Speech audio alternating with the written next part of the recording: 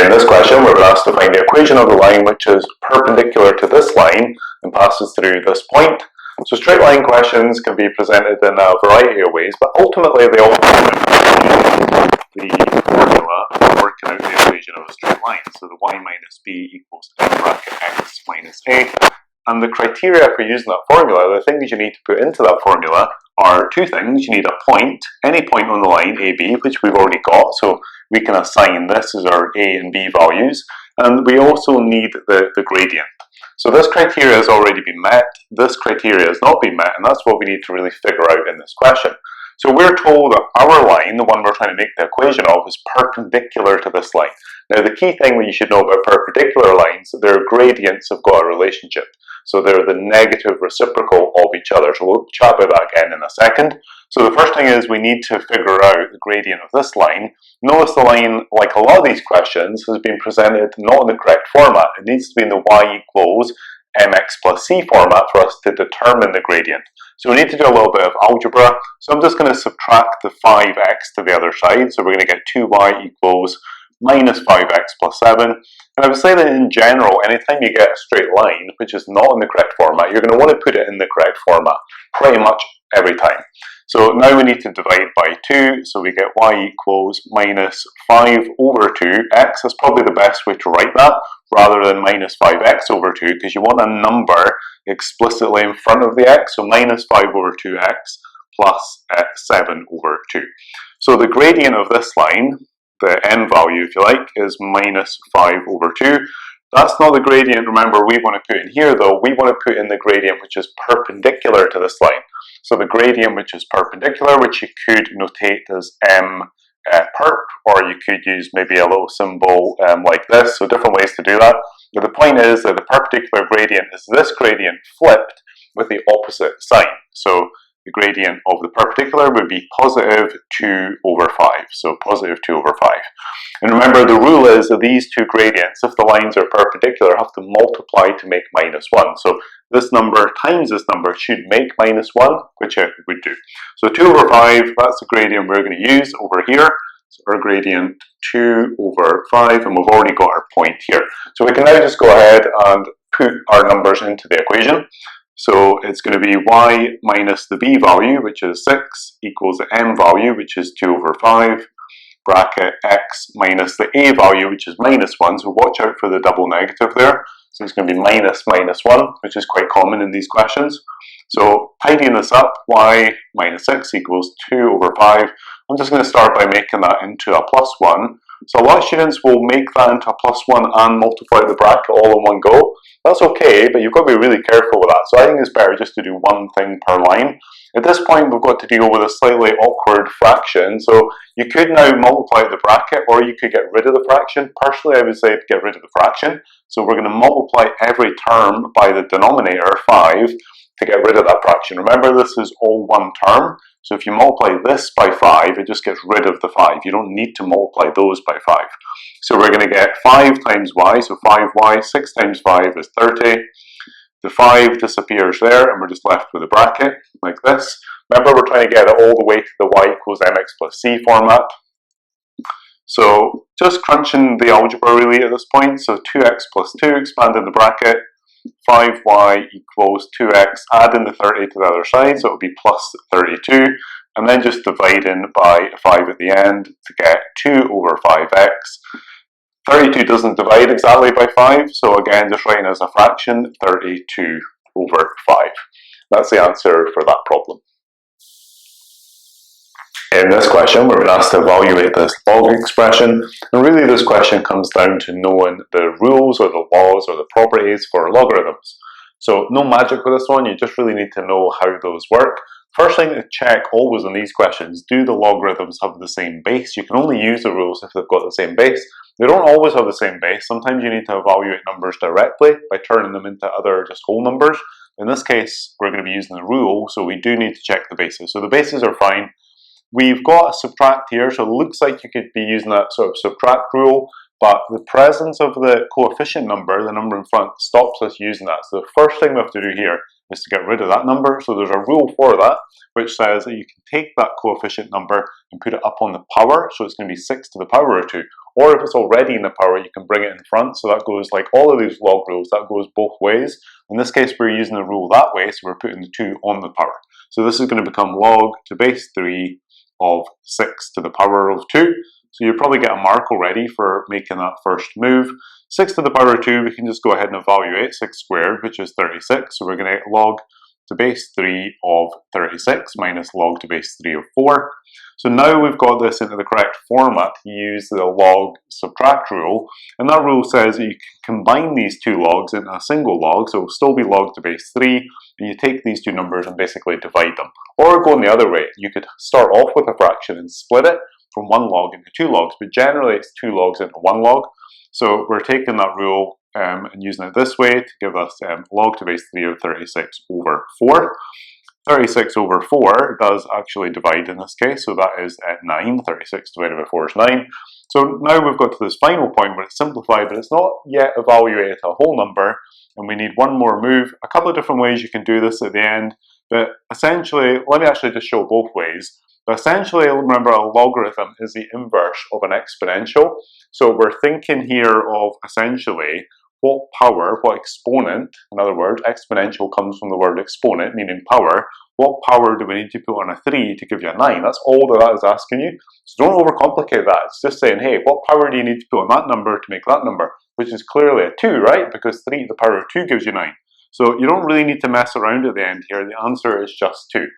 What a lot of teachers prefer their students to do, which I personally don't agree with, I think it's a bit crazy, and it also just undermines the whole point of understanding logarithms, which are the inverse of exponentials, as I've just explained there. What a lot of teachers will do instead is tell their students to write this as log to base 3 of 3 to the power of 2, because 3 to the power of 2 is 9. Then use that log rule that we used earlier to bring the power, instead of up onto the coefficient onto the power, to bring it the other way, so bring the 2 in front, so this becomes 2 log to base 3 of 3, and log to a base of itself, log to base 3 of 3, or log to base 10 of 10, or log to base a of a is just 1. But you still need to understand that it's essentially the same as the rule here, because here you're saying what power goes on a 3 to make a 9, which is 2. Here you're saying what power goes on a 3 to make a 3, which is 1. So this is really just a waste of time. So this becomes 2 times 1, which is just 2. So personally, I don't think you need all of this stuff here. Just think of it as the way I explained a moment ago. And the final answer then is, regardless of which way you do it, the answer is going to be 2. In this question, we've been given this h of x function, and we're asked to find its inverse. So it's quite a short question, this, and it's one of those where you just need to know the technique. It's very much an algebraic question, but if you don't know the technique, it's very difficult to get started. Anyway, before we get into the algebra, remember, first of all, that an inverse of a function is just the opposite of a function. So if you had the function, for example, a very simple function like f of x equals 2x, then the inverse of that function, just by inspection, so just by looking at it, f to the minus 1 of x should be the opposite of that. Well, the opposite of multiplying your x by 2 is dividing your x by 2. So the inverse of that one would just be x over 2, or 1/2 x. And that's essentially what inverse functions are about. As they get more difficult though, you need to show formally and to do formally the work and to get from the function to its inverse. So generally we start these by changing the f of x, or h of x in this case, notation to y. And we're doing that just because we're going to do some algebra, and we tend to not use the function notation when we're doing algebra, so we change it to a y. A couple of different ways you can do it at this point. Some people like to swap the x and the y around, which is fine, that's one way. If you do that, or if you don't do it, the point really is to change the subject letter from the y to the other letter, in this case the x. So that's really why it's an algebra question. It's essentially changing the subject of the formula. So I'm just going to leave them as they are. You don't necessarily need to swap them. So we're trying to make this the subject letter, so I'm going to start by subtracting 4 from both sides. So y minus 4 equals 1/3 x. To get rid of that 3, I'm going to that divided by 3, I'm going to multiply by 3. So multiplying every term by 3. So we're going to get 3y minus 12. Multiplying the 1/3 by 3 just gives you 1. So it's just going to be 1x, or just x. And that essentially achieves our goal. And what this is now doing for us, this structure here is going to be the structure of our inverse. So we just need to finish it off by putting it back as h to the minus 1 of x to notate the inverse. and we're making this our inverse, but we're writing it with x's, so it's going to be 3x minus 12. So that's why, because you've got to swap it at the end, that's why some people like to swap it at the start, so they don't have to swap it at the end. And if you did it the other way, this would be an x here already, and that would be a y. But to be honest, it's trivial, it doesn't matter if you do that or not. So you can kind of sometimes look at these and see whether it does look like the inverse, like those are clearly related as an inverse. Here it's a little bit less obvious, maybe because there's no 12 in the original question, but you can see, for example, the 1/3 has turned into a multiply by 3. So I've divided by 3, multiplying by 3, so there's clearly like an inverse going on there, and they do look like they are inverses of each other, and indeed that is the inverse of that function. In this question, we've been asked to differentiate this function. So like a lot of these straight up differentiation questions, when you're just being asked to differentiate, the function is in a non-differentiable form. So this term in the function is fine, that is differentiable. This one with the square root is not fine, so we need to change that one first. So we're not going straight to the derivative, so we're going to leave this as y for our first line of working. Usually putting things into a differentiable form requires the use of some indices rule. So square root, remember, is related to a 1/2 power. So if you just had, for example, x being square rooted, then that is just the same as x to the power of 1/2. If you start adding powers in here, like we've got, for example, the square root of x cubed, instead of being a 1/2, it just becomes a x to the power of 3/2. So essentially the root part becomes the denominator, so the square root is related to the 1/2 power, which is the denominator, and the power on the x just stays as a numerator. So this square root of x cubed becomes x to the power of 3/2. So pretty typical sort of move that in differentiation questions. So that's it now in a differentiable form. We can just go ahead now and use the power rule. So we're notating our derivative this time as dy dx because the function was given as y. So the power rule, multiply by the power and then take 1 off the power. So multiplying the 3/2 in front of the x, so it becomes 3/2x. Taking 1 off of 3/2, 3/2 is 1/2. Taking 1 off of that, you're going to get 1/2. So it's going to be x to the 1/2. Same power rule for the second term, so multiplying the power in front, so that -1 times is to the -2, giving you a double negative. So it's going to be a +2, x to the -2. Taking 1 off of -1 to give you -2. Some people, some teachers will recommend, in fact it's good practice, to put your power back as a positive power. I mean, you have differentiated at this point, and because this is not an application question, we don't need to then apply this to something by subbing in a number. We don't need to put it back as a positive power for that calculation purpose, but you often would have to do that. If you were to put a number in there and it was a negative power, and if it was a non-calculator question, this really needs to turn back into a positive power to evaluate that. So it's good practice to know how to put them back as positive powers. Using another indices rule says you can take the x term to the bottom of a fraction and just make the power into a +2. So that's the final answer, the derivative for that function. So we've been given this diagram in this question, and we've got a straight line going up here. We're trying to determine the equation of that line. So straight line questions can be presented in a bunch of different ways. Sometimes just a couple of points on a line. Sometimes they're to do with definitions like altitude, perpendicular bisector, median, that sort of thing. So quite a variety in how they can be presented. But regardless of how a straight line question is presented, you can only find the equation of a straight line using the straight line formula. So y minus b equals m bracket x minus a. And I tell all my students, so regardless of how complex a line question looks, write down that formula, or at least keep in your mind that's the formula you're going to use. Because to use the formula once you've got the information is trivial, like everyone can do that. The problem is finding the things to put in the formula. And there's two things we need. We need a point on the line, which notice we've already got, so we're already like halfway there in a way, and the gradient. And it's quite often the gradient that we're looking for in these questions. There are a bunch of different ways you can find the gradient. So this criteria has already been met. So that means that even if we don't find the gradient, which we are going to find the gradient, but if you don't find the gradient, just make up a gradient, because you could still get the following marks for using the correct process at the end. But the gradient will be the challenge here. So they've given us this information about the angle that the line makes here, and there's a rule that says that the angle that line makes is obviously related to its gradient, right? The gradient and the angle, as the gradient changes, obviously the angle of the line changes. but we measure that angle not from the y-axis, we measure it from the x-axis, okay, and in the positive direction of the x-axis, so it'll be the angle here, here rather than the angle here. So essentially the angle that we're trying to find is not that angle, it's this angle in here. That's the one that we want, this one here.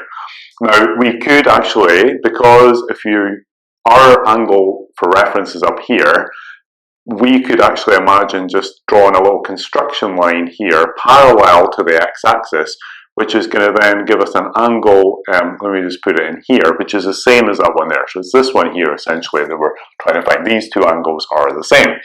So the pi over 3, if you prefer to work in degrees, pi over 3, remember, is 60 degrees.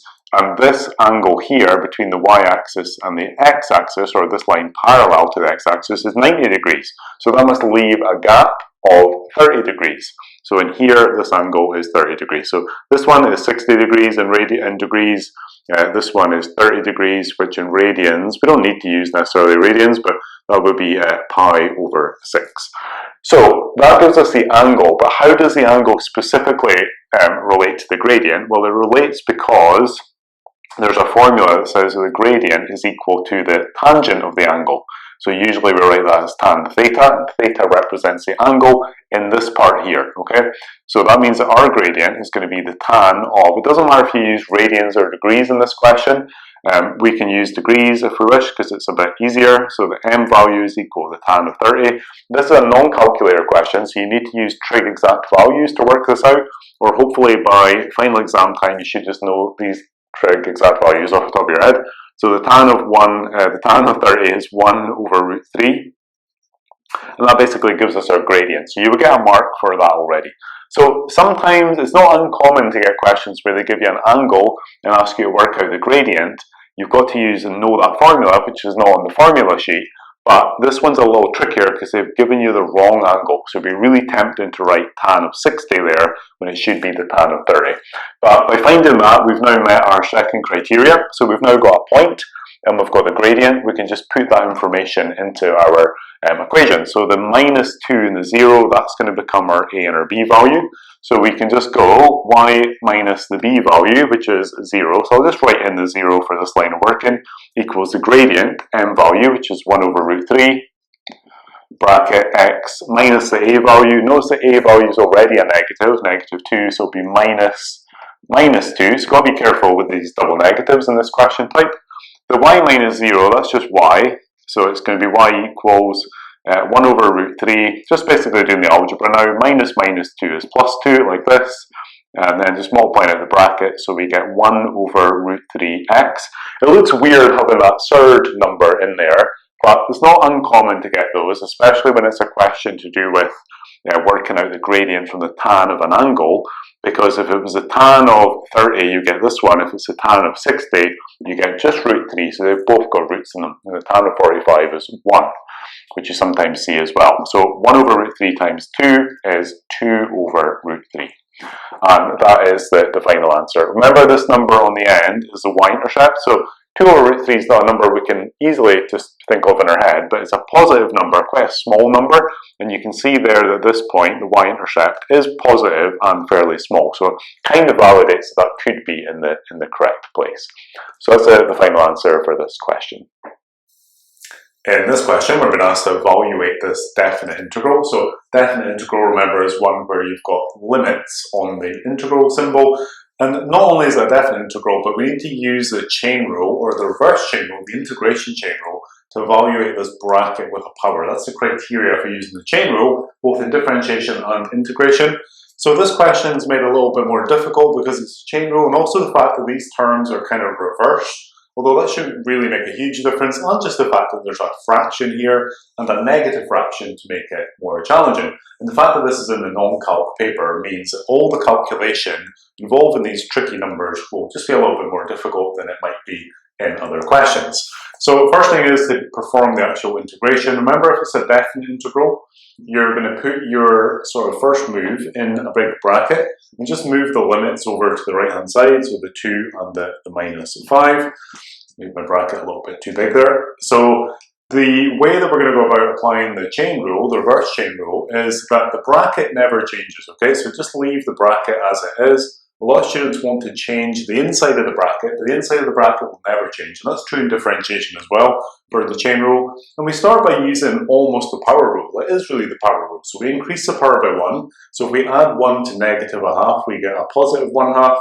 And then we divide by that new power, just like you would in normal power rule integration. The thing that makes it the chain rule, though, or the reverse chain rule, is that we also divide by the derivative of the inside of the bracket. Now, that can be a little bit confusing because this is an integral. We're integrating here, but we're using a derivative. The derivative of the inside, the derivative of 10 minus 3x, is minus 3. So just check that carefully yourself. And we want to divide by that. So we could write like all over minus 3, but then that's going to be messy. It's going to be a fraction and another fraction. So what we tend to do instead, we just multiply it on the bottom of the fraction. So although it's been multiplied, that minus 3 is overall dividing because it's on the bottom of the fraction. So just to quickly recap what we've done there, we've increased the power by 1, divided by the new power, times multiplied to the derivative of the inside of the bracket.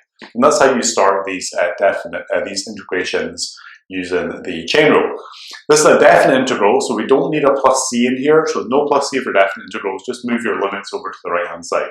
So you get 1 mark already for doing that. Now we need to evaluate it by subbing in these limits and working out as a numerical final answer. We can simplify this a little because minus 3 times 1/2, that's just going to be minus 3 over 2. We're dividing by that minus 3 over 2 because this bracket's being divided by minus 3 over 2.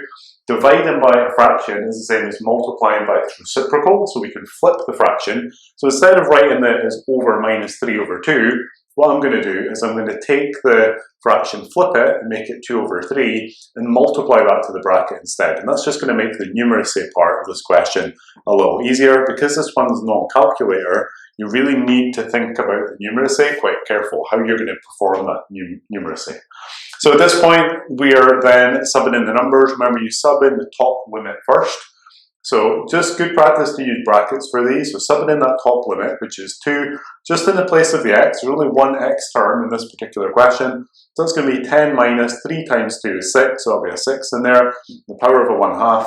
Remember, a half power is the same as a square root, so that's how we're going to evaluate that later on. And then we're subtracting from that, and remember, it's always a subtract, the lower limit subbed in. So the same kind of expression, we're just replacing the x with a minus 5, so that's going to be minus 3 times minus 5, that's a double negative, so that's actually going to end up being a plus 15, like this.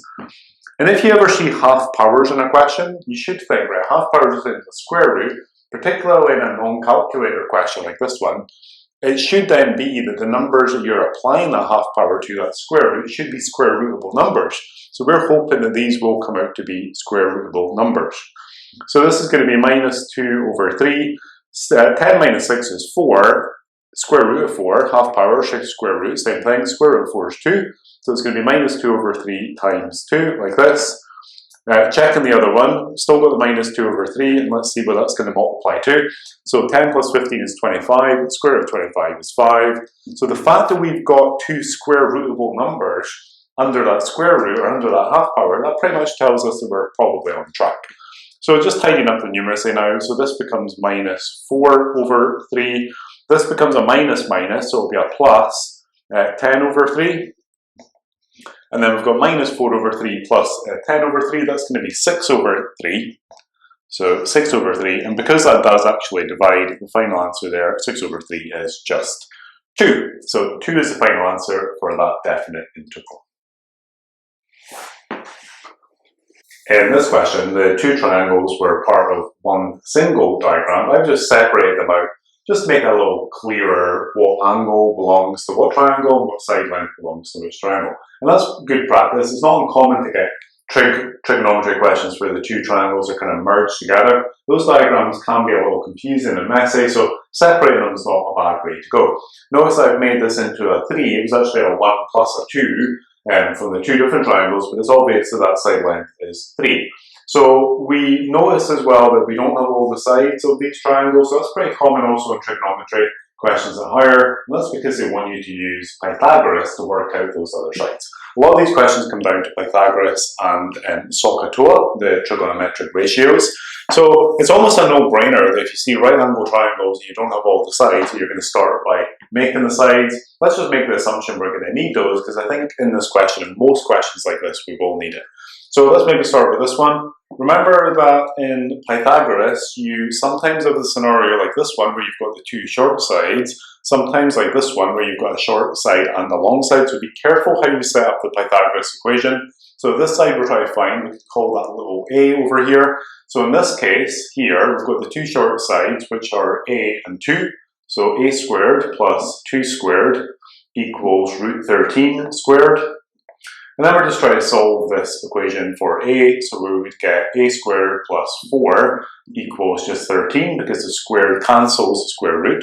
And then subtracting 4 from both sides, we get a squared equals 9, and that gives us a equals 3, just by square rooting both sides. So that tells us that this side over here has got a length of 3, and that fits in with the diagram, right? Because that side is 2, that side's clearly a little bit longer. So make sure when you do things like Pythagoras, or indeed any question that's got a diagram, that the answer actually makes sense. Turning to the other one, just be careful how you set this one up, because here we've got two short sides this time, so it's going to be 1 squared plus 3 squared equals our long side, which we could call little e in this case, because it's opposite uppercase e, equals e squared. So 1 squared is 1, 3 squared is 9, equals e squared, so we get 10 equals e squared. So then e is going to be the square root of 10. And 10 is not square rootable, so we're just going to have to leave that as a root 10. So this side here is root 10. So let me just actually take the e out now and put in a root 10. I'll just take this a out up here. So that gets us like ready to get going with this question. The question itself is in multiple parts. So in the first part, they want us to work out the sine of r, I think it is. So turn into the triangle that's got an r in it. We're just going to use SOHCAHTOA for this. So in SOHCAHTOA, sine, remember, is opposite over hypotenuse. So no magic here, you just need to go opposite, which is 1. Hypotenuse is root 10, so it's going to be 1 over root 10, just like this. And then the second part of the question, they want us to work out the sine of the other angle, q. So turn into the correct triangle, the q triangle. And again, opposite over hypotenuse, so it's 3 over root 13. So opposite over hypotenuse, in this case, 3 over root 13. Okay, so really SOHCAHTOA and Pythagoras are the keys to get those first two solutions. So moving on, the next part of the question, they want us to use the addition formulas to work out sine of q minus r, I think it is. Let me just check that. Yeah, q minus r. So if you ever see sine or cosine of a bracket with two terms in the bracket with a plus or a minus between them, students often misinterpret what to do with that, but that's exactly the format for the addition formulas. So you just need to turn to your formula sheet and expand this according to the addition formula. Remember, the addition formulas on the formula sheet use a and b.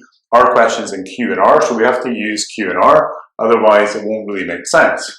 So expanding it using the format from the formula sheet, you would get sine q cos r. The minus in the sine expansion stays as a minus, but if this was a cosine, that minus would turn into a plus, so be careful with that. Make sure you match those exactly like on the formula sheet, and this becomes cos q sine r. So we just need to work out these 1, 2, 3, 4 bits and then simplify by a bit of numeracy. Some of them we've already got, right? We've already got this guy, the sine, basically the two sine ones. The cos ones we can just work out from SOHCAHTOA, from the two triangles, just like we did with the two sine ones. So starting to put in these values, the sine of q we said was 3 over root 13. And notice it's just 3 over root 13. A really, really common mistake that I see students make all the time is to write in the sine of 3 over root 13. But it's not the sine. We've already worked out the sine of q to get 3 over root 13.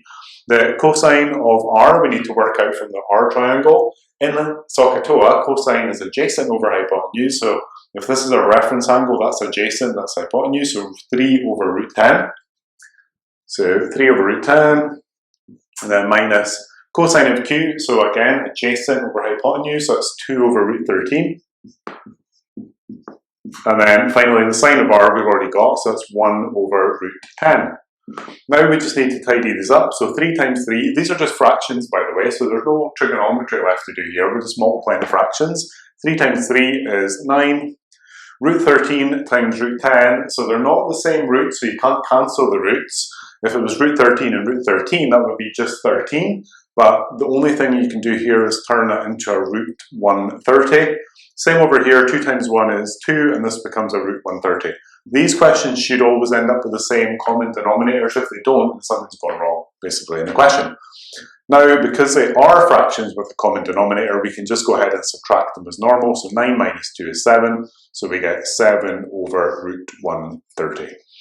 But you could rationalise that by multiplying by root 130 over root 130, but I think in the answers they just leave it like that. Look out for that though. Sometimes in questions like this, it will present the answer in a different way. And if that was the case, it's probably because they've rationalised it, which is a technique you'll maybe hopefully remember from National 5. So you multiply by the root over itself, so you'd end up with 7 times root 130 over 130, because these two root 130s become 130 when you multiply them together. So this, I think, in the answer guide is how they presented the final answer for that question. In this question, we're trying to solve this log equation, and generally these log equations require a use of the properties of logarithms, the rules or the laws of logarithms, and then maybe some other technique to eventually solve for the x value. So the first thing to always check in any log question, if you've got multiple logs, do they have the same base number, 6 in this case? If they don't have the same base number, you cannot use those properties or those rules for logarithms. They don't always have the same base number, so you've got to keep an eye out for that. In this case, they do have the same base, so we are good to go using those rules for logs. And those rules basically say that you can, well, they say a few things, but largely they say that if you've got 2 logs, you can merge those 2 logs into a single log, or if you had a single log, in some scenarios you can split that into 2 logs. But we've got 2 logs separated by a plus, so there's a rule for that, and the rule says you can make that into one single log, so it'll be log to base 6. You just take these 2 things and multiply them together. So I'm just going to write that as x bracket x plus 5, and then we'll probably multiply that out that bracket later on. So just keeping that equal to 2. You'll probably get 1 mark for using that rule already. Let's just go ahead and actually multiply that out. So we're going to get the log to base 6 of x squared plus 5x.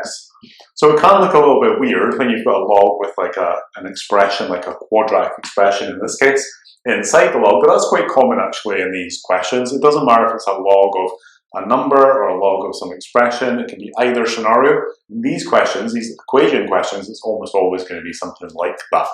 So at this point, to take this question forward, the primary thing we need to do is to get rid of the log. You can't really solve this equation. You can't solve the equation if there's a log in it. There's different ways to get rid of the log. Some of them are more complicated, I think, than others. So I would recommend thinking of it like this, right? A logarithm is the inverse, the opposite of an exponential. Exponential just comes from the word exponent, and exponent is just a fancy word for power. So if you take an expression like 2 to the power of 3, which is 2 cubed, 2 times 2 times 2, which equals 8, that's an exponential expression because it's written with a power, and the 3 is the power or the exponent. The opposite way to write that, the inverse way to write that, is a logarithm, and it would say that log to base 2 of 8 equals 3. So these are different ways of expressing the same relationship between those 3 numbers. It's a little bit like saying 4 times 2 is 8, or 8 divided by 4 is 2. It's the same thing, but just thought of it in a different way. So if we know this log expression, we can turn it into the exponential, and if we know the exponential, we can turn it into the log. So you can switch from one form to the other. And that's what we want to do here. We want to switch our log form to the exponential form. And notice that you can achieve that just by sort of rearranging the numbers. So the base on the log stays as the base on the exponential, but the 8 and the 3 have essentially just been swapped around. So if we just do the same thing here, we take the 6 down to become our power, and then just swap these around, it'll become 6 to the power of 2 equals x squared plus 5x. So you might not have learned that way. Some teachers will encourage you to introduce a log on the right-hand side and then cancel the logs. I don't like that because A, I see most students get it wrong, and then B, it's also not really paying attention to the fact that logs and exponentials are inverses, which is really largely what the whole point of logarithms is. So it's missing the whole point of it. So I would encourage you to think of this relationship and just learn how to switch one form to the other. So what have we ended up with here? Well, 6 squared is 36, so we can just simplify that. And essentially we've now got a quadratic equation. We don't have any logs left. So it's just a quadratic equation which we'll need to form into a trinomial equal to 0 and then solve it. So if we subtract 36 from both sides, we would end up with x squared plus 5x minus 36 equals 0. This is a trinomial, so it needs to go into 2 brackets. And it's a good check in this question, or indeed any question where you do a bunch of work and you then get a trinomial in a quadratic equation. It's a good check that you've done it correctly to this point, because if this factorizes, then it's kind of validating you've done it right. And certainly if it doesn't factorize, then you've definitely not done it right, because we need it to factorize to solve the equation. So we're going to need an x and an x. We need 2 numbers that multiply to make a minus 36 and combine to make a plus 5. So we can use, in this case, I think, a plus 9 and a minus 4. Yeah, because 9 minus 4 is 5. 9 times minus 4 gives you minus 36.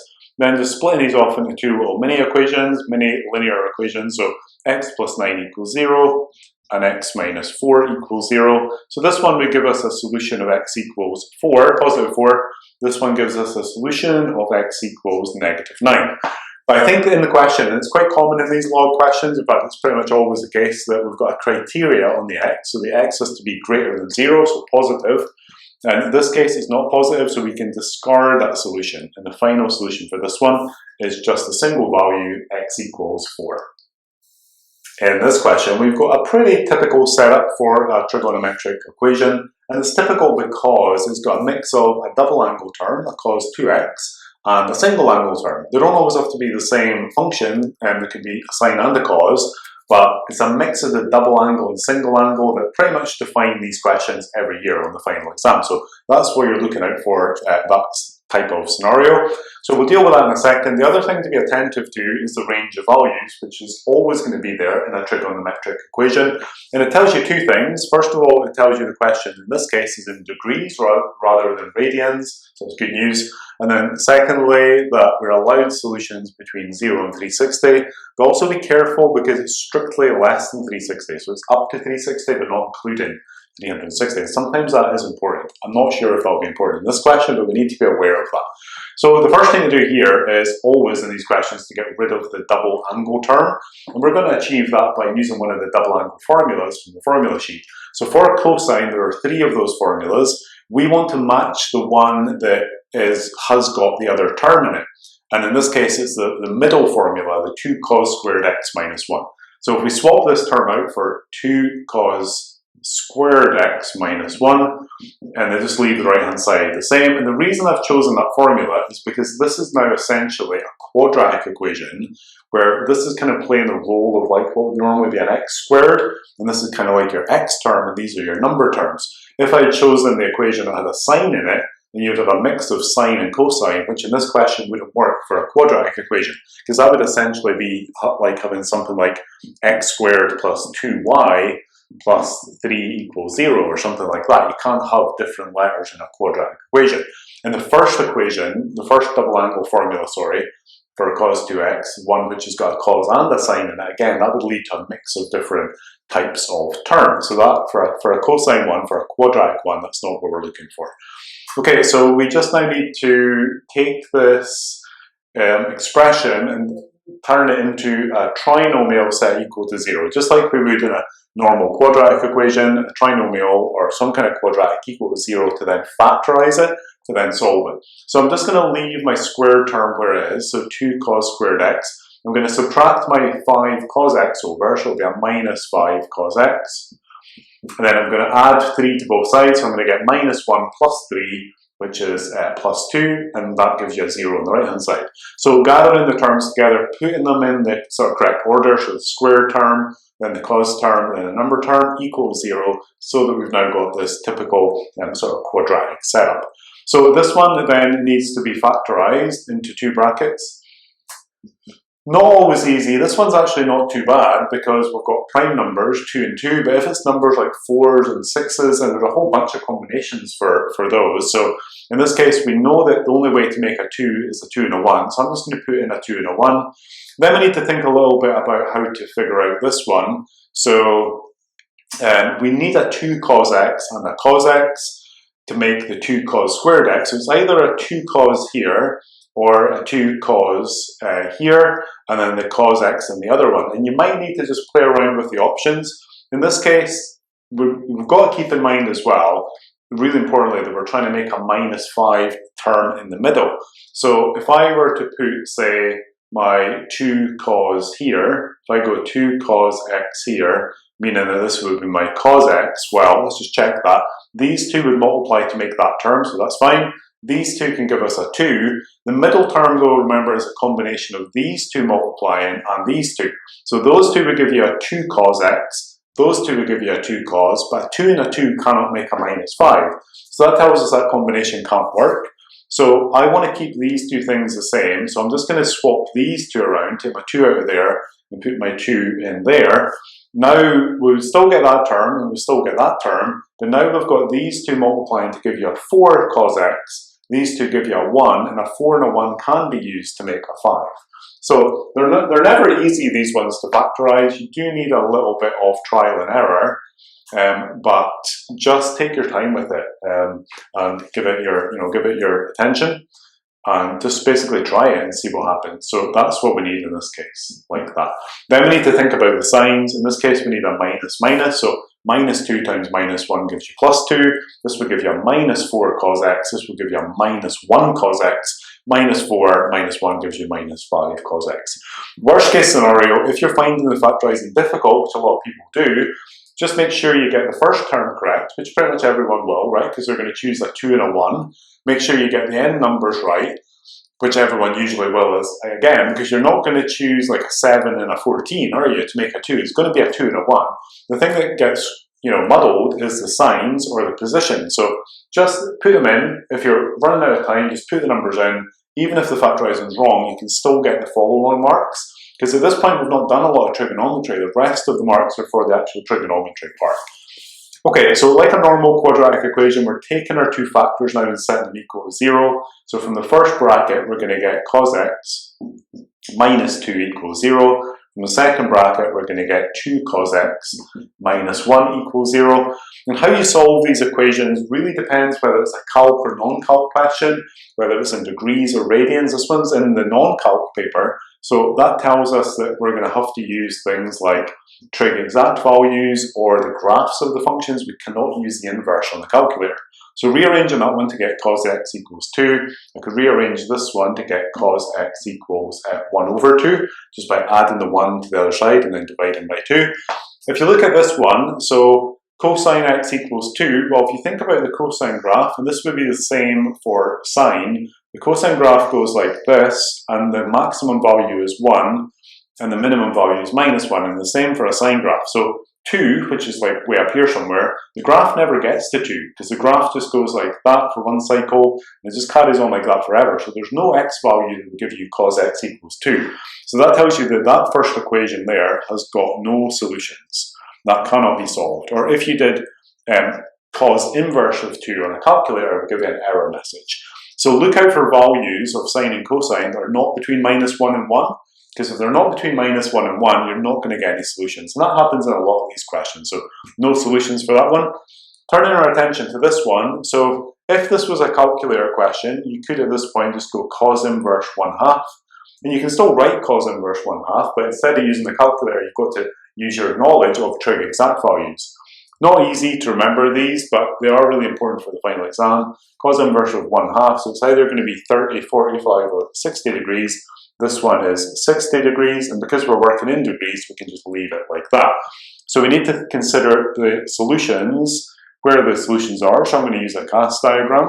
So for a cast diagram, we're dealing with cosine positive, so that's going to be this quadrant and this quadrant. So that first quadrant, remember, is 0 to 90 degrees. So that first solution, 60, that's in the correct place, so that's this one here. This one here, the final quadrant, is between 270 and 360 degrees. So to get that second solution, we need to take the first solution away from 360. So our two solutions are going to be x equals 60 degrees, and then x equals 360 minus 60, which equals 300 degrees.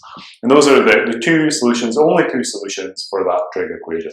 Sometimes trig equations like this will have one solution, sometimes two, all the way up to maybe 5 solutions. It just depends. So in this case, it's come out to be just 2 solutions. In this graph transformation question, we've been given this original function, y equals f of x, and in part A of the question, we're asked to sketch the graph of the transformed function, y equals 2f of x plus 1.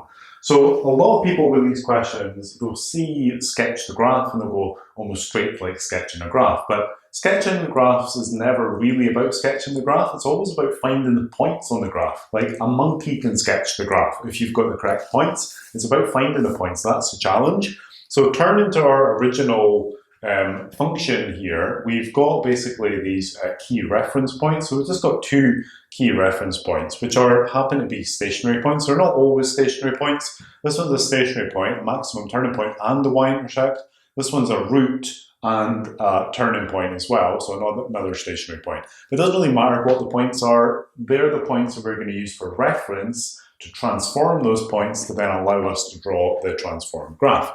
So the way that I would recommend going about this, start by just taking your points. In this case, it's only 2. Usually it's more than 2. Usually it's 3, but it doesn't really matter how many you've got. So we've got the point 0, 3. This is a point 4, 0, remember, not just 4, so 4, 0. And what we want to do, we want to transform these according to this transformation. So in other words, we want to turn these into 2 new points to figure out where these points would get moved to on this graph. So this process of turning these points into their transformed version requires knowledge of the position of these numbers. So when you take a function and you transform it in this way, the numbers can be sort of here, here, or they can be inside the bracket with the x, maybe in front of the x, or added or subtracted to the x. So there's like sort of 4 different options where the numbers could be. The ones in the bracket with the x, they affect the graph in the x direction, which is horizontally, which is the x coordinates. There's no numbers here in beside the x. That tells us that our x coordinates are not going to change. So that is going to stay as a 0, and that one's going to stay as a 4. It's only the y coordinates that are going to be transformed in this case. So this number here affects the y values, this number here also affects them. That means because they're both affecting the graph in the y direction, they're kind of going to work together in a way. This one multiplies the y coordinates, and that's the one that's going to have the effect of stretching the graph by a factor of 2. This one adds 1 to the y coordinates, which has the effect of moving the graph up by 1. We apply this one first and then that one. So essentially all we're doing really is multiplying the y coordinates by 2 and then adding on 1. So multiply by 2 gives you 6, add on 1 gives you 7. Multiply by 2 gives you 0, add on 1 gives you 1. So these are our new points. These are the points that need to go on our transformed graph. So I'll just draw a quick sketch of that graph over here. Nothing too artistic. The key thing is when you're sketching graphs, obviously you want it to be a pretty decent sketch, but you more importantly need to get the points in the right place. And to be honest, unless you draw both the original and the transformed graph on the same scale, on the same XY axis, you can't really see the difference necessarily between them. So what I'm going to do here is mark on these points. So 0, 7, that would be like up there somewhere. But keep in mind that if I was drawing that on the same graph, 7, that point is at 3, 7 would be like way up here somewhere. So you'll be able to see the effect that that's having on the graph, more so than if you draw in a separate diagram. In this question type, you are being asked to draw in a separate diagram, not on the original graph. The other point is 4, 1, so that's going to be 4 along and then 1 up like that. The shape of the graph is the same. There's nothing in these transformations which changes dramatically like the shape of the graph. All that it does stretch it, so the graph should be a bit more elongated, but that should just be an effect of changing the points anyway. It shouldn't really be like dramatically different. So whereas this one's kind of obviously curvy like this, if I did put that point up there, it would be like more elongated like that. So that'll be partly reflected over here. Also remember, these are turning points, so there should still be turning points on this graph. So that can help you to know what to do with the graph, because a lot of people still will wonder, right, what do I do with these points? But it's just using the same idea that they're stationary points, turning points. So our graph's going to go up like this. It's going to turn on that point. It's going to go down, turn on that point, and then go back up. So it's not the most beautiful sketch in the world, but it's everything's in the right place. But more importantly, label your points. So this is the point 0, 7, that new y-intercept point, and this is the point 4 along and 1 up. So approximately that's what our graph would look like. If they had given us this point here as well, we'd be able to, more accurately decide where that point goes. But you can see the graphs look very similar. This one should just be a little bit kind of sharper, I guess, and whereas this one's a little bit more elongated. So that's part A of the question. In part B of the question, I'll just label this as part A. In part B of the question, they want us to do a kind of similar thing. They want us to take the original points, which are both stationary points, and to transform them basically just according to another transformation. It's the transformation y equals f of 1/2 x. So same idea, we're taking the points, and because again, like these points we used over here were stationary points, in the second part of the question they're explicitly saying transform the stationary points, which is already the points we used in the first part, and we're just going to do the same thing, but we're just doing it according to this transformation rather than that transformation. So notice that this time there's only one change, whereas here we have two changes. This time the change is occurring in the bracket with the x. That means it's going to affect the graph in the x direction, which is horizontally. We don't have to sketch a graph this time. We just need to be aware that that's affecting the x coordinates. There's no transformations affecting the y coordinates. So this time the y coordinates will stay the same. So that one will be a 3. This one will be a 0.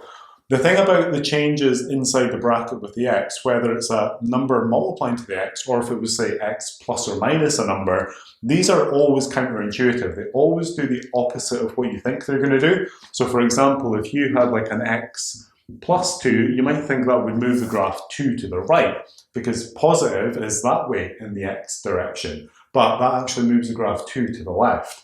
Same with this one, you might think that that's going to, so halving the x's might squish the graph, so it compress it by, halving it, but it doesn't, actually stretches it. If that was a 2x, that would halve it, because it does the opposite. So this is actually going to stretch the graph in the horizontal direction by a factor of 2.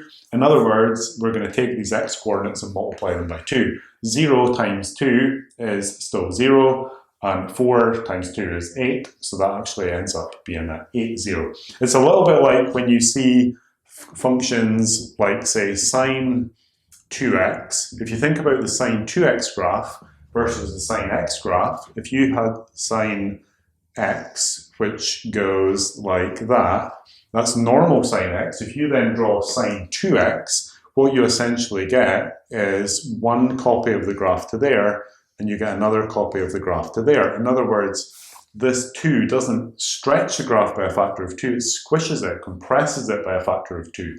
So it does the opposite of what you would think that does. That's the same here. This actually multiplies everything by 2 rather than squishing it by 2. So those are the coordinates for part B of that question. We've been given this trinomial and we're asked to write it in completed square form. So this is a sort of higher version of completing the square, which is a lot more challenging than the National 5 version. So in the Nat 5 version, you can do this in sort of one step or maybe 2 lines of working. This one's probably going to need 4 or 5 lines of working. And make sure you use all of those steps. It's really difficult to do this question by skipping steps, but I see that a lot. A lot of students either forget a step or they try and compress 2 lines of working into one, and it just tends to not go very well in these questions. Generally in these questions, almost always, the first 2 terms will have a common factor, 2 in this case, which is not shared by the third term, usually 2 even numbers and an odd, but certainly 2 that have got a common factor, and the other one doesn't have that common factor. So our first move is just to pull out only the numerical common factor from the first 2 terms. There's a common factor of x as well, but we're not going to use that for this technique. So we're just pulling out a 2 in this case. Good practice to use a square bracket because we're going to need a round bracket inside that later on. So all we're doing there is pulling out that 2, and that's often the step that people get wrong because they try and do too much in that first step, and all we're doing is pulling out that simple numerical common factor. This is the next step is when we complete the square. We've not done completing the square yet. We're going to complete the square on this quadratic expression. So that means putting it in a bracket where we half the coefficient of the x term, remember? So that becomes a 3 squared. We're just going to leave that 23 on the end.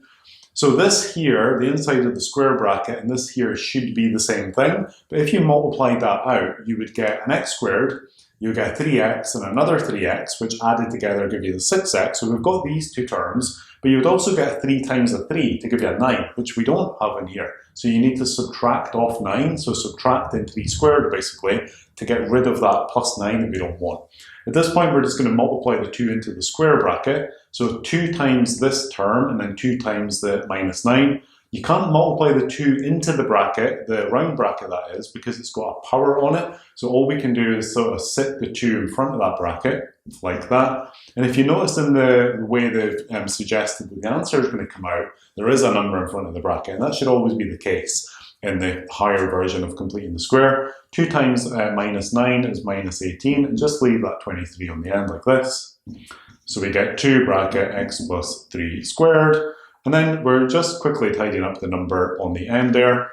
Get rid of that. So 23 minus 18 is 5, so it's going to be a plus 5. And notice that that then matches the sort of p, q, and r values that they've got in the question. So that is the final answer.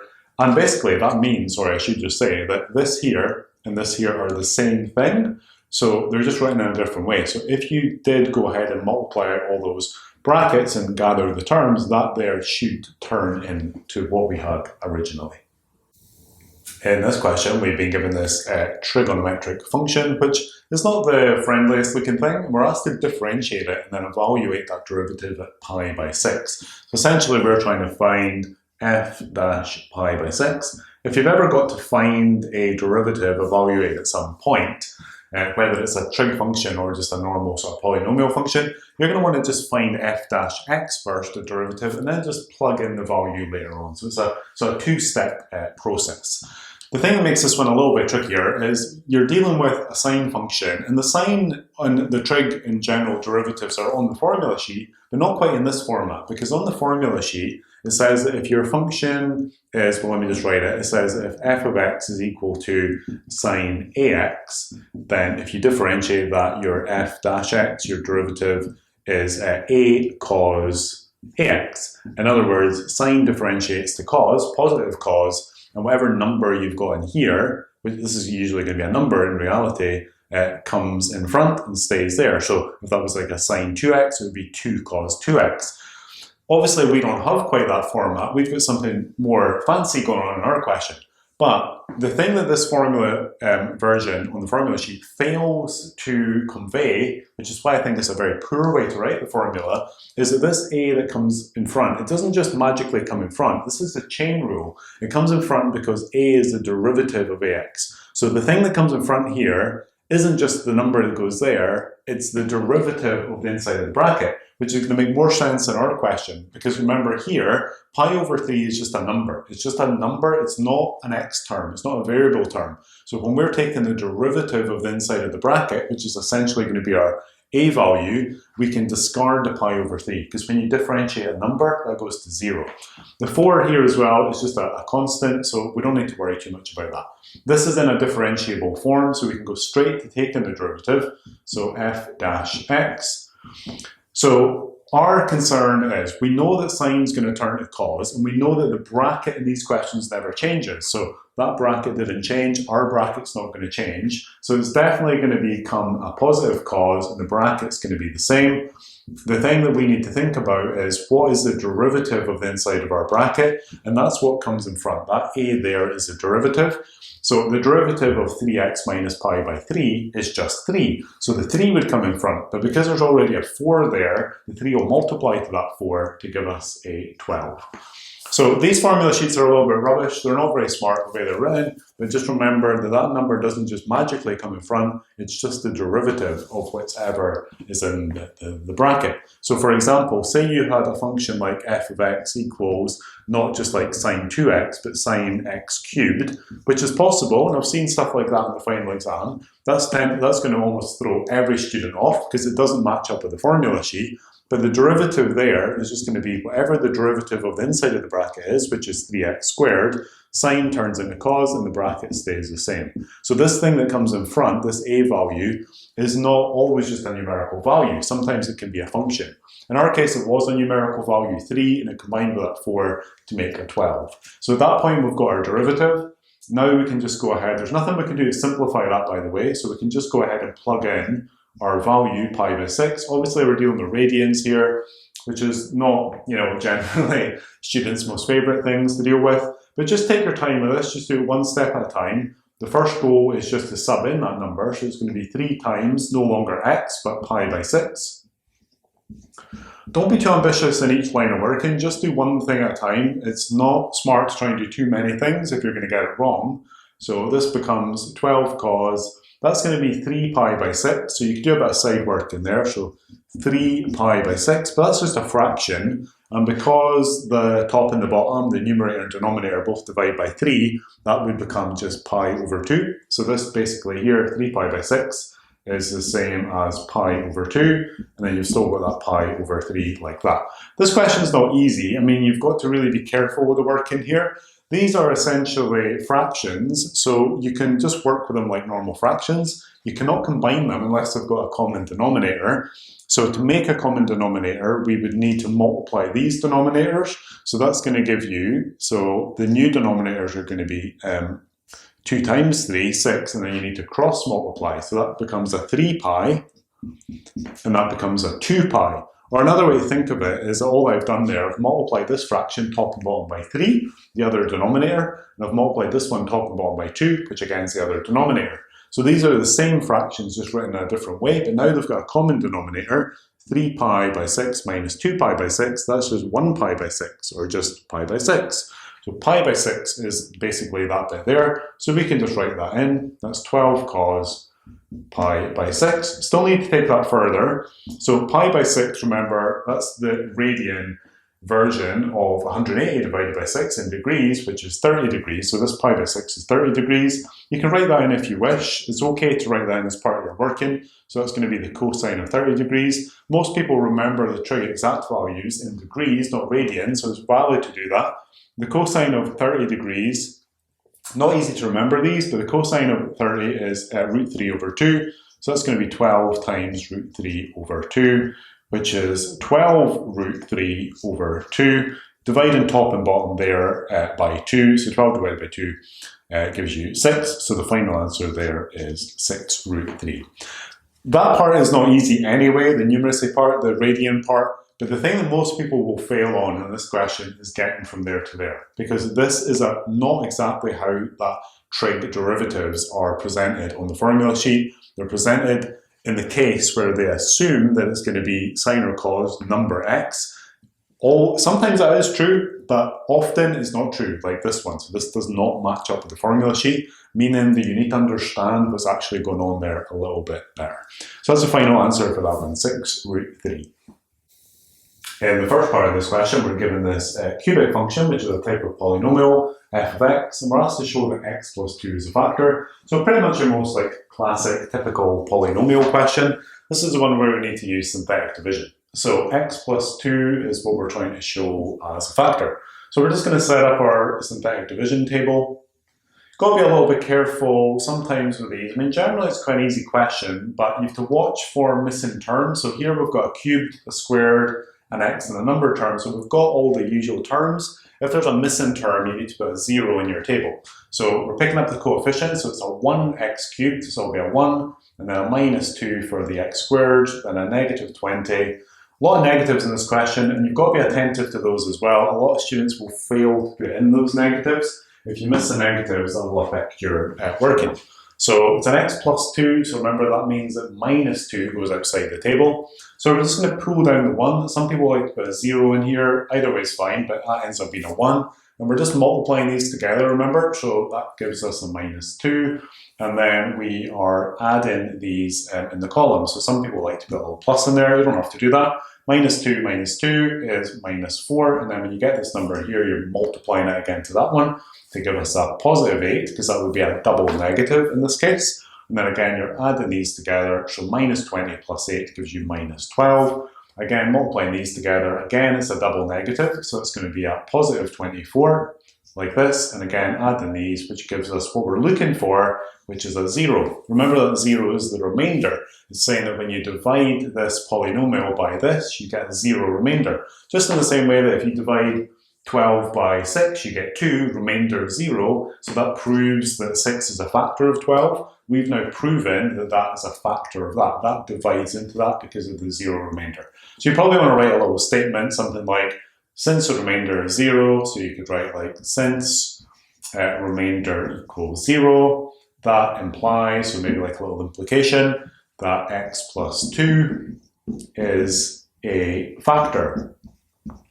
Okay, so normally straightforward with those, because if you don't get a 0, obviously it's wrong. If you do get a 0, it's right, pretty much. So that would be the first part. The second part, they're asking us to solve the equation f of x equals to 0. So this is f of x here, so we can start by setting up that equation. So that's going to be the equation x cubed minus 2x squared minus 20x minus 24 equals 0, okay?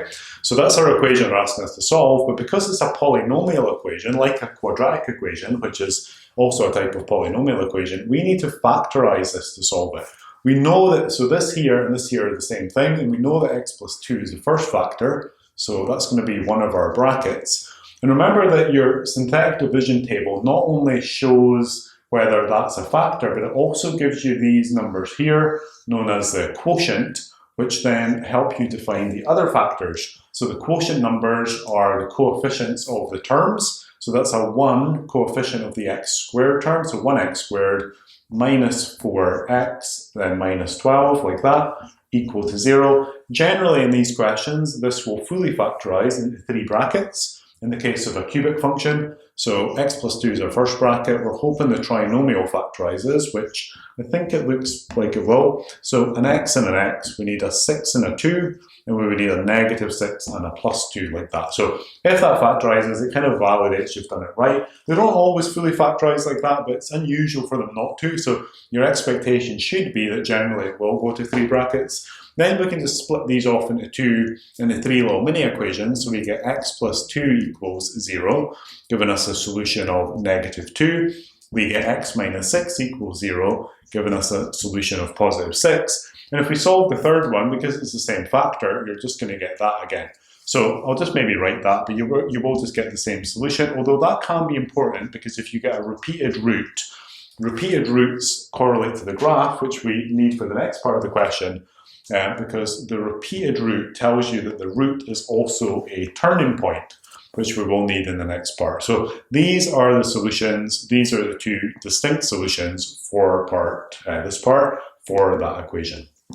Okay, so that's the first part of the question.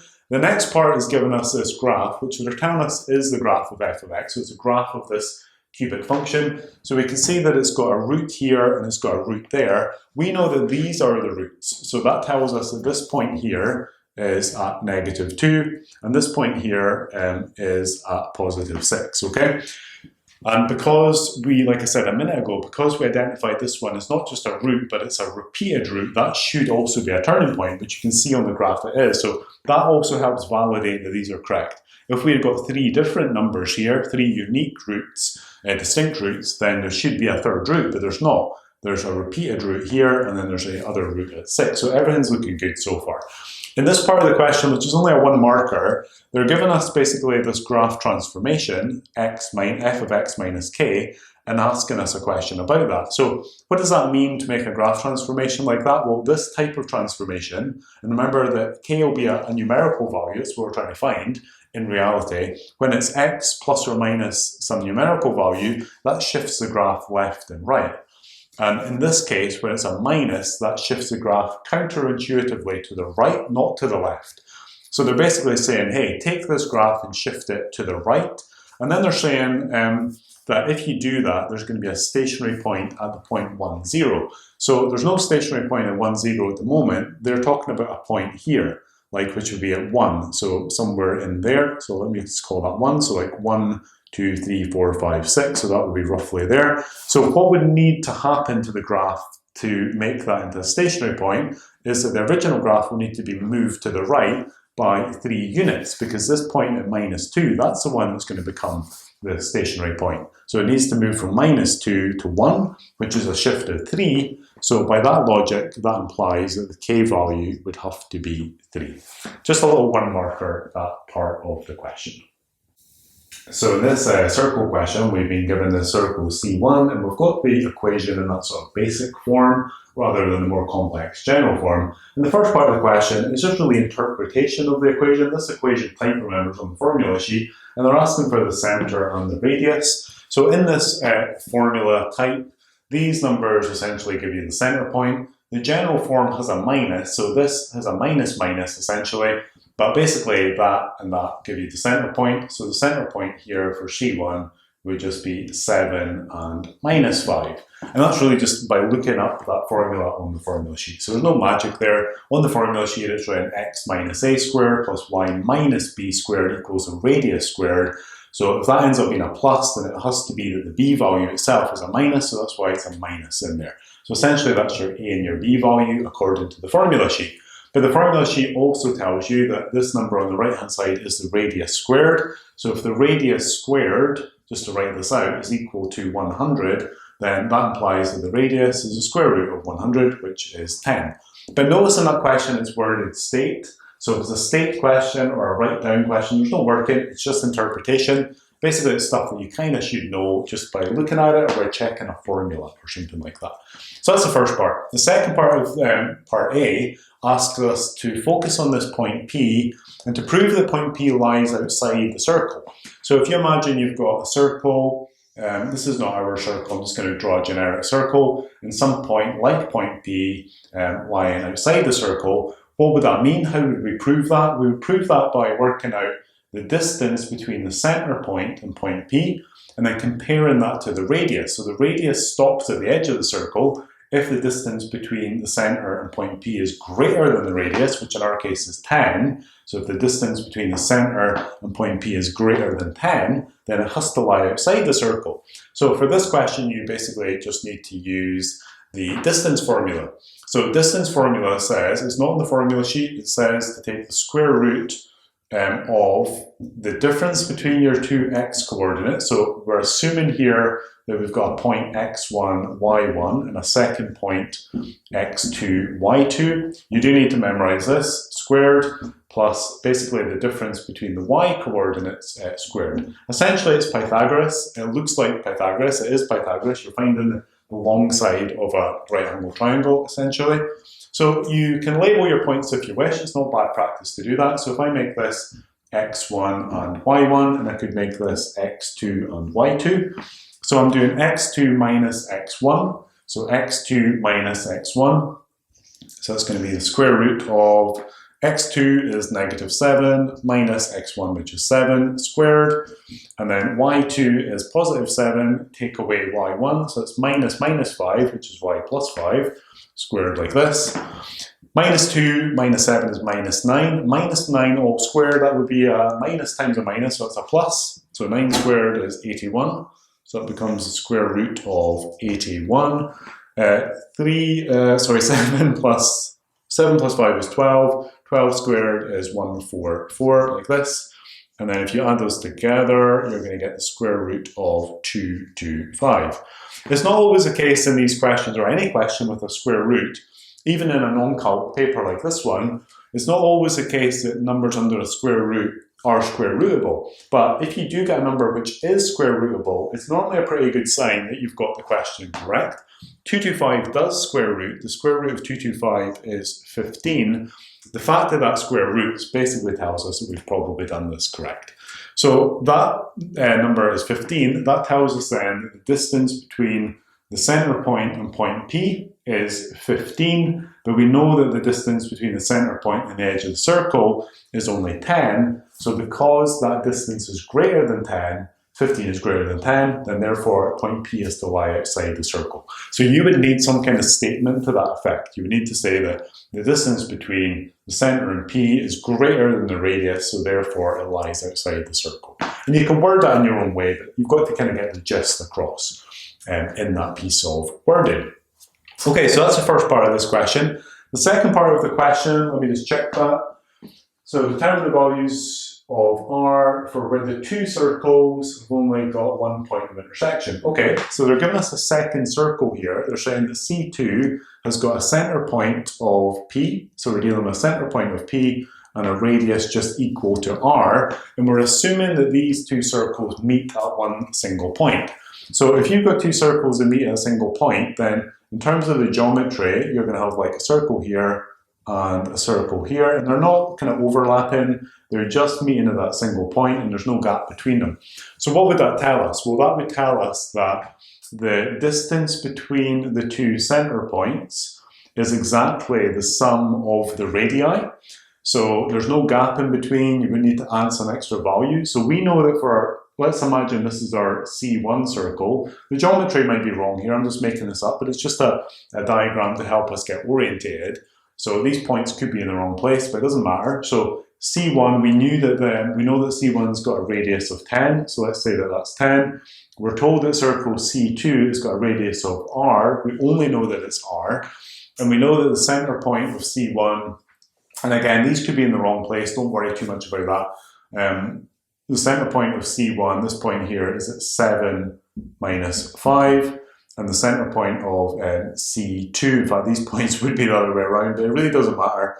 It's like that. Now, if the important thing with this question, if they only meet at one point, if we work out the distance between these 2 points, it's exactly equal to the sum of the radii, which is 10 plus r. So let's use the distance formula again to work out the distance between the center point and point P. In fact, we don't need to do it again, do we? Because we did already down here. This distance is the difference between those 2 points.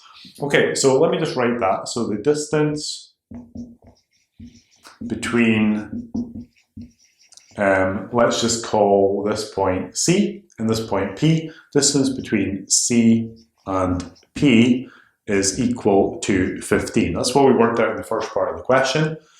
And if you look at the radii, so you've got 10 for the first one, r for the second one, we want those to add up exactly to 15. So you could say then that 10 plus that second radius has got to be equal exactly to 15 if the circles meet at only one point. If the circles had a gap between them, if you had something like this, then it would be the difference between those is 15, the distance between them, this would be 10, this would be r, but there would be some other value in there. So that would be 10 plus r plus something else equals 15. But in our case, it's just exactly 10 plus r equals 15. And then just solving that there, we're going to get r equals 15 minus 10, which is 5. So that is the solution for that one. R equals 5.